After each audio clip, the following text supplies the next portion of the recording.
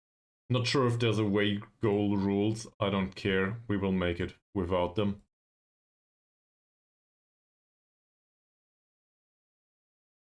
No specific instructions needed. Neither with him. Ismail is a bad dribbler and so on, so hard tackles.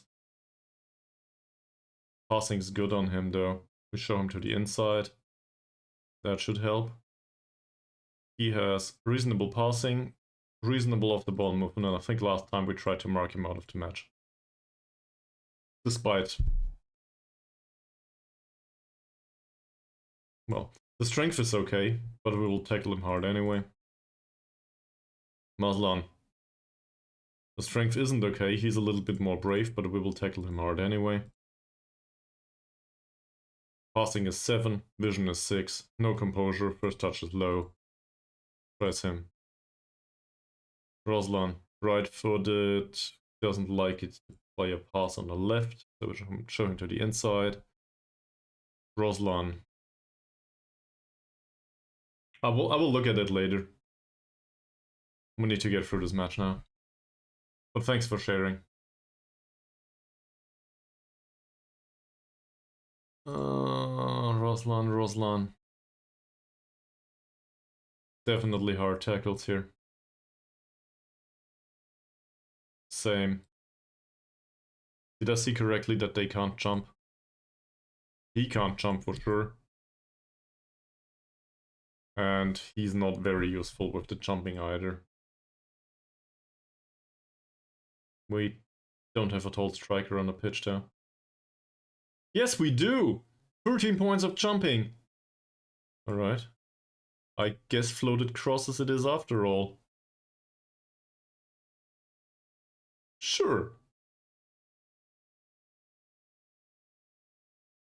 All of the hard tackles though, that's a bit, nah. Bit too much, isn't it?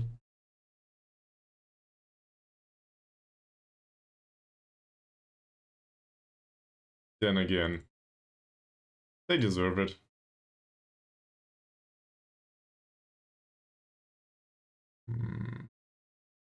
Is that the passing? No, it's a tackling. So show him to the inside too. And him. Barely matters, but we will show him to the other foot too. Otherwise, press the middle of the pitch, press in the middle of the pitch, recover the ball there, this is all fine. Da Costa Lima, I'm not so convinced by this player anymore. I was hoping for more, but he didn't develop a single bit. So, that's what I get for signing foreign players. Alright? Sure, who gets the squad number? Juan. Breathing. Let's go. This is away from home. We are 4 goals up.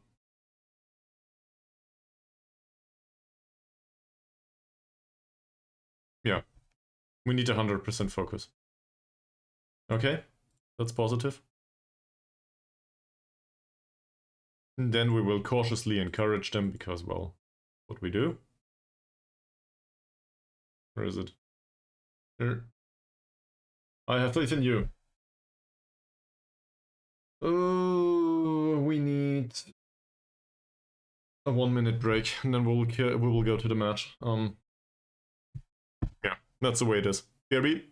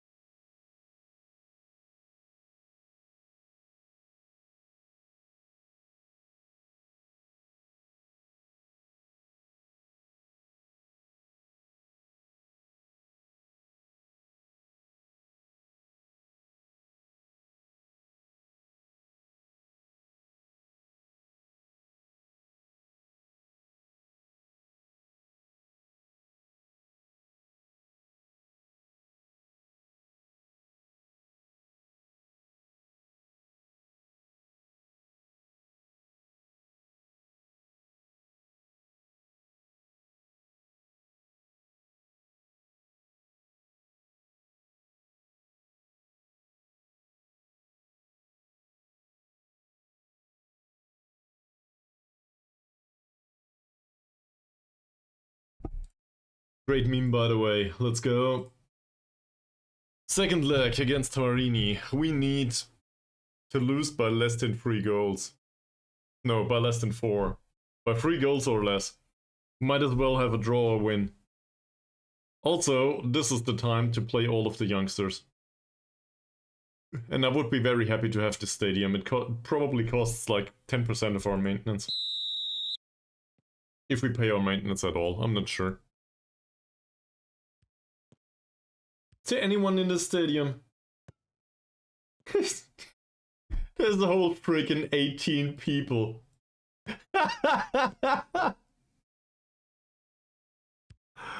Oh no. This is the perfect match. So we will encourage them.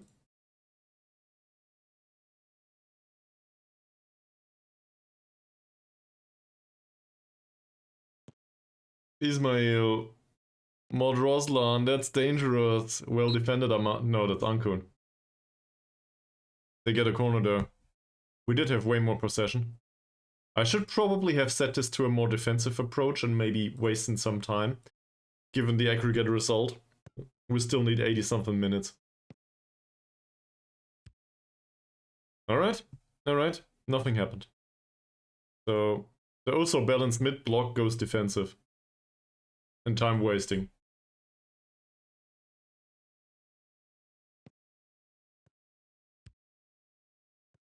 I think it's totally reasonable to go about it like this.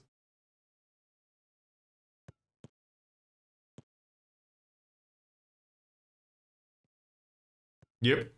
Well, if you have the choice to be close to other humans or not close to other humans, obviously you take as much space as you can. It's just a natural way to do it. Who would want to be close to anyone else? Oh, not bad. First shot of the match. Second one. That was close. I didn't notice that he was a free kick taker. Is he? 6. Well, maybe. Elbug's not on the pitch, so I guess it's his job for now. He knows how to take corners though. We know that for sure. He's a 12-point corner taker. Delivery was fine. Hey, thanks! The trial list can only be started in the cup match though. So hopes are this will not be the last match that we can start him in. Close him down. They don't. We'll encourage them a little bit. You can do better. They don't care. Oh, this is... Yeah, the feedback is about the aggregate result again.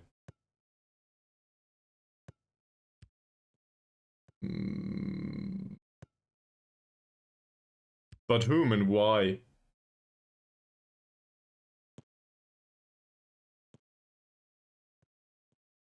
We still want the match experience on our own players, don't we?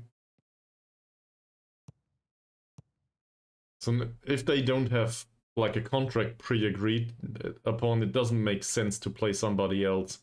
We want the value of our own players to go up. Not some trialists that we might or might not sell.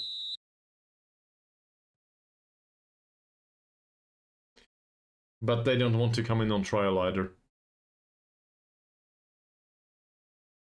We have a right back, for example, that fits that description to a degree. Not sure if it is that much better though. Come on, Da Costa Lima. Your chance to run.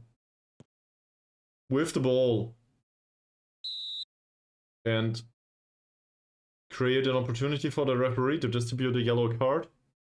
Apparently he didn't though.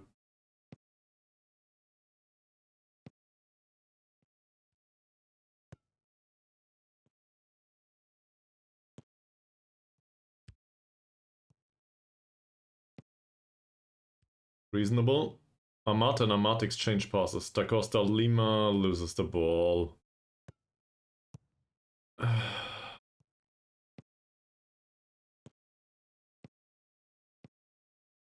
It's awfully quiet. around here. Somebody make some noise.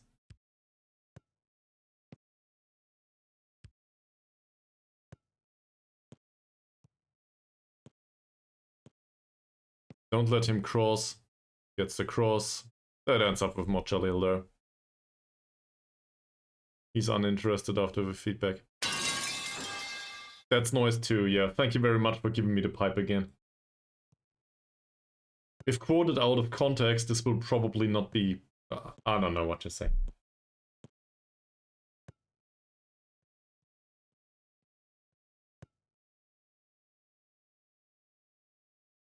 Internet stuff is weird. Yeah, but you might want to please somebody to... I don't know. One moment. So, you want to tell me that you think that I like to be pleased with a pipe? Is that the way you want to put it? Hopefully, no people that I know will watch this at any time. In particular, not my employer. Or, I don't know, somebody that I know in real life.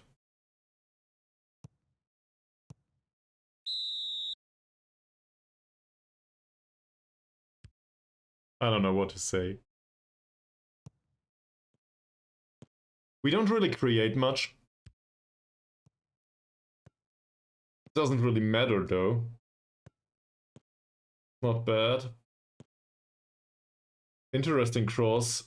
Da Costa Lima would have been there, but it doesn't matter.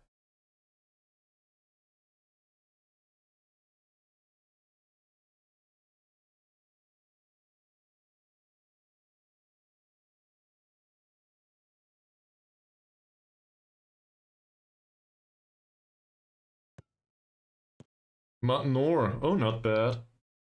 So the youngster nearly scored here. Corner was fine. The rest of it was fine. They're all complacent. They're all... Thanks for using it. Not sure if my imagination of a girlfriend is the same as yours, though.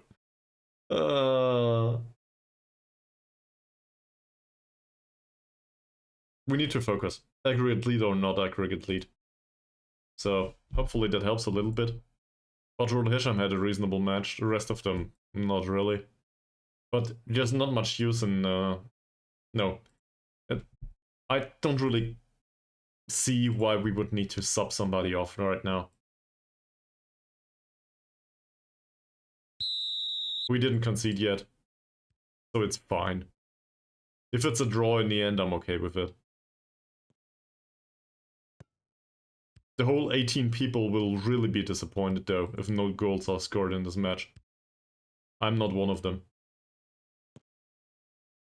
18. Considering...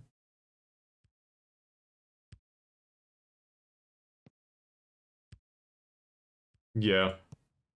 Sure. Thank you very much for sharing your preferences of an imaginary girlfriend. I didn't know pipes were part of the equation there. Or being beaten with a pipe.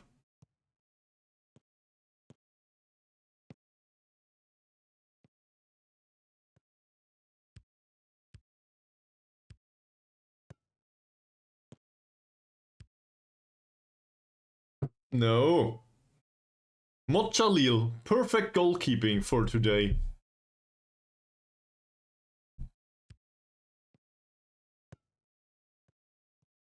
Good passing, Ankun just retains possession, Mohd Noor finds Ahmad. That is a really bad pass, Mr. Ahmad. I did see the intent, but apparently Badrul Hisham does need to do everything himself. Which, to be fair, is the theme of these matches in aggregate. Ahmad, Ankun, Mohd Noor. Decent passing. Singh, so far, there's nothing to say about Singh's performances there. He's motivated at least. Great.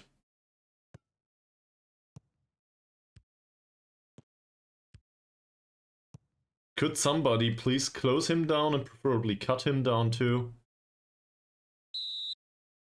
Right. So, in aggregate, does this come down to praising them?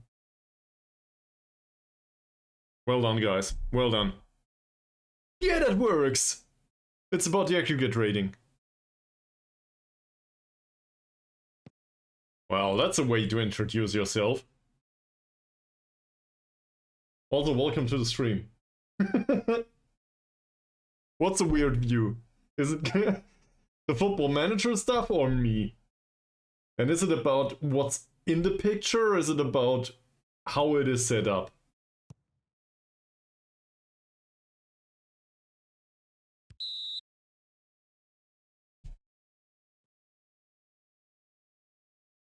The match view. Well, this match view allows me to witness whatever is going on the pitch without the dramatic perspective of whatever the director's camera does. Nice!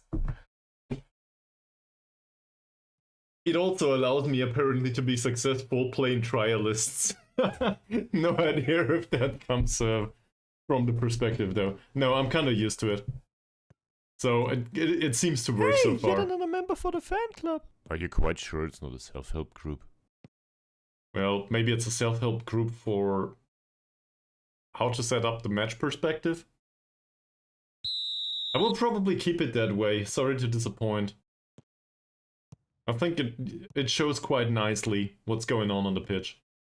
That's why I use it that way. I think it's a sideline camera or something. What's it called? You're disappointed. Well, okay. So, you're welcome. No problem. I'm very happy to disappoint repeatedly.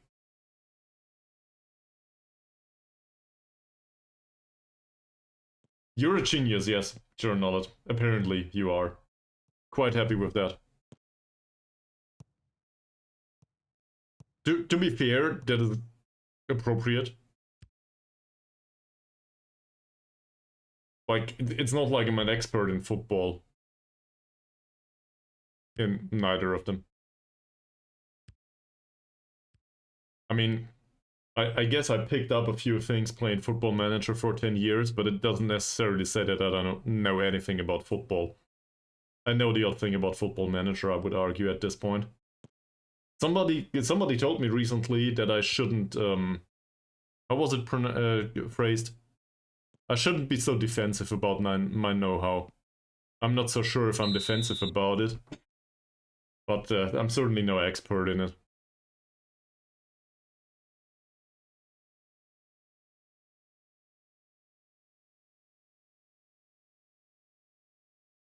Where's Man United? We don't have any money around here now. Oh, your trigger word. That's fine. So, I think Bravo, didn't you manage Man U or something recently? I think you might be more qualified. I'm from Germany, not from England, so I don't have any taste anyway. At least not for English football clubs. Glory, glory, Man United, whatever that means. Okay, so I guess I'm not a big proponent of either of the Manchester clubs, if that makes sense. I'm more in favor of the underdogs or something. Whatever that is in the Premier League, it's all money there, isn't it? We might as well win this match. I'm quite confused. Yep. All fine. And given that Mat Noor again is complacent, I think we can stop it now. So, Singh had a decent game. Exactly. We do appreciate subs. On the player side, not on the relationship side. Well, maybe on the relationship side? I don't know. The stream is supposed to be family friendly. Let's not go there. So... he scored. I don't think we need Elbug. He can sit this out. Diego had heavy match load. Christopher didn't, but he's a bit exhausted. Zakaria is definitely not up for that. We will replace Singh, I think. Maharzi had heavy match load and he'll be fine. So, these two.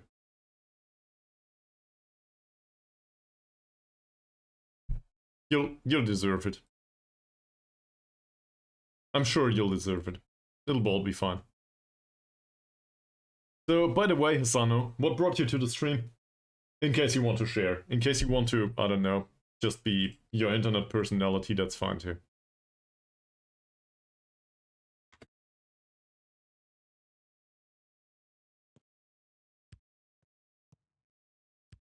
And please tell me it's not Sealand's video on my apparently very big head.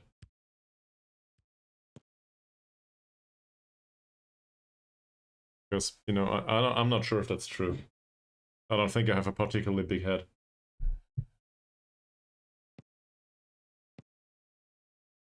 And no, I will not create a sticker with me with a disproportionately big head.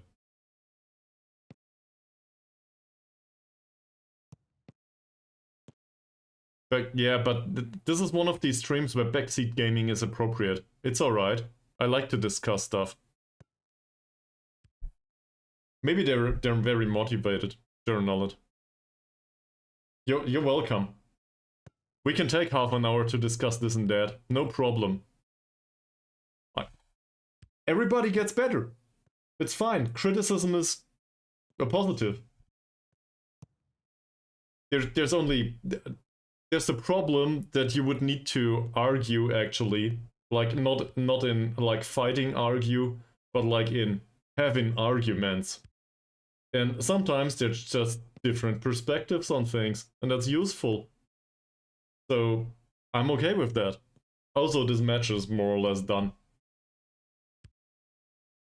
So apparently we will make it to the, well, not the second leg, what's it called? The second round. It might already be quarterfinal or, I don't know, something like this. This cup competition is weird, a bit small. Nice goalkeeping. That's a foul. Yeah, debate. Exactly, thank you. I was missing the word. So, you're very, very welcome to do that around here.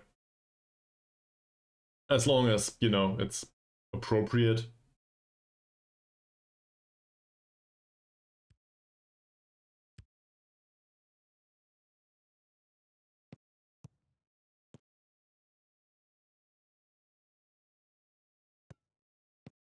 I guess the biggest concern with this is, say, I don't know, you tell me play 4-4-2 or whatever, and I'm like, but why? And then you need to you need to find out why. Well, but criticism is useful. You're very welcome to stick around, Asano, in this perfectly chill stream. Usually Mondays and Fridays, 18:30 German time. Well, no, 18. Well, most likely it's 18:30. Usually, I'm usually delayed, or too late. But yeah, around 6 p.m. German time, whatever that is at your local time. I don't know where you're from. Well, given the time right now, probably not China.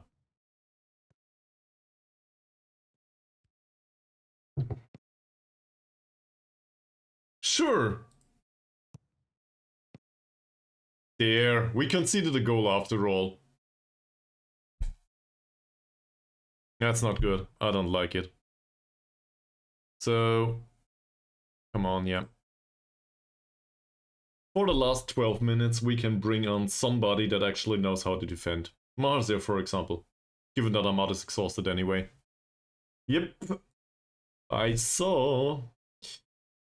who else? I guess Christopher needs the playing time. He will make it for 15 minutes, won't he? Zakaria was way exhausted. Diego was way exhausted. Baru is complacent, but I don't care about Baru's complacency. I care about not hurting Elbug. So Baru can make an appearance, and we will end the experiment here. See the result through.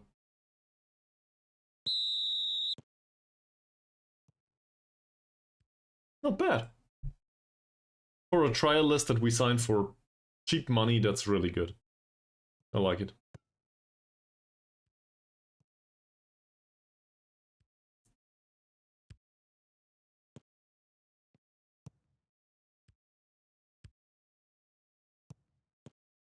That also means that Mohd Noor made it well, if he makes it for the through the rest of the match.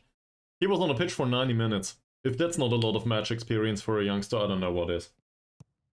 Well, I will give some to you. No problem. There's... like... which version do you want? The 5-minute wrap-up, or do you want the extended version? I have a lot of time. No, there's definitely need. You need all of the information you can get. I do. But if you want additional information about the team, there's like... This is episode 70. So there's 69 episodes of this on YouTube right now. That's an interesting way to phrase it, isn't it?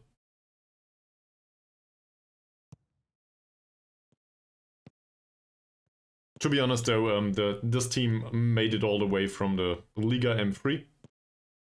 And from being relegation candidate there to the Liga Super, and apparently we are not relegation candidates anymore. For whatever reason, I don't know, it might have to do with the management, I'm not sure. Well, somebody has to. If I have to do the streaming, you have to do the watching, that's the deal. Obviously, I will not force you. See, Cherenad's got it figured out. That's...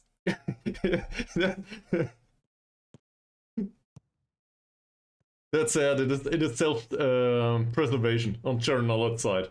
He hears me rant on about this like every second stream. He just can't deal with it anymore. If I rant on about 10 minutes with like there's no money here and we don't have staff and the players don't want to sign for us and so on.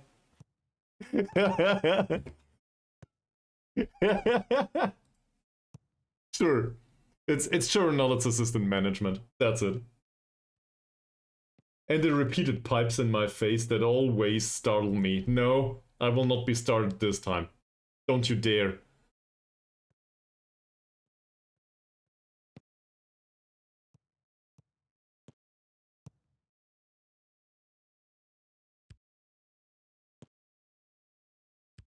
Yeah, you know why? We don't have any. There's no assistant manager at this club. We can't afford one. Well, we fired the old one because we wanted to save on the wages for 2 months. And afterwards, the board decided that it doesn't matter anymore. We don't need an assistant manager, at least none that wants to be paid more than 50 euros a week. So that's the situation we're in.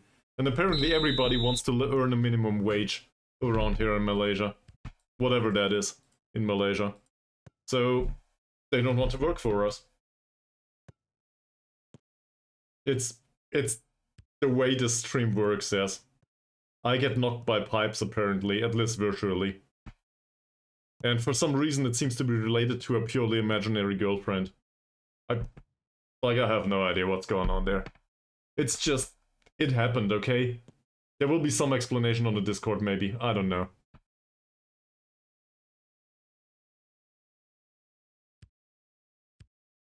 The Conan episode.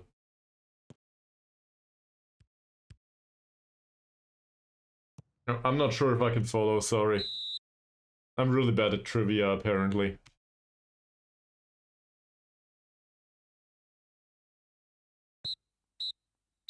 That's it. We got it. For me, Conan is a barbarian.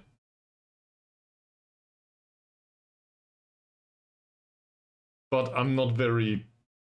like, I have no idea about this either. What's Detective Conan? Detective Conan. That actually exists. It's a manga series. Oh. Yeah, don't want to knock anyone's tastes, but you know. I have no idea about anime or manga or whatever that there is around there. I'm a bad person. At least for the internet. So, we lost. Now obviously Cherenad has it all figured out. Sometimes I'm quite serious with this. In this case it worked, yes. Good idea. They were well motivated. You got it. So what did we do with this? Well, not sure. I mean, I guess the result wasn't good.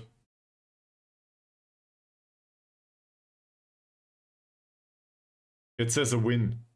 So apparently this is considered to be about the aggregate, isn't it? That's fine.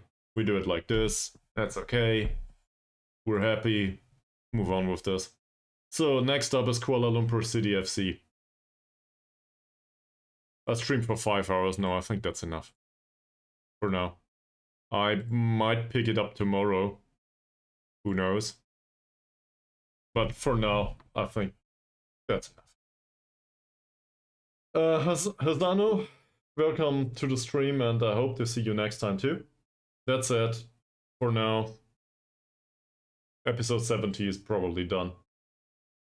See you on, well, tomorrow on Monday. Enjoy your evening or whatever it is at your place, and try to get some sun. Thanks for keeping your company, and see you next time. Bye.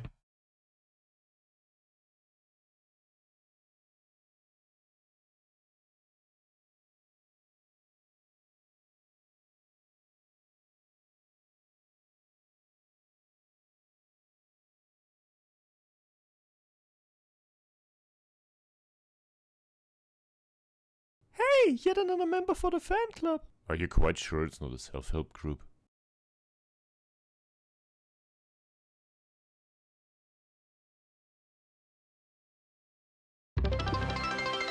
Well, that's a way to finish a goal at the end of the stream. Due to somebody that esteems me as a streamer. This is really interesting because this is just another sales pitch. Wrap it up. Bye!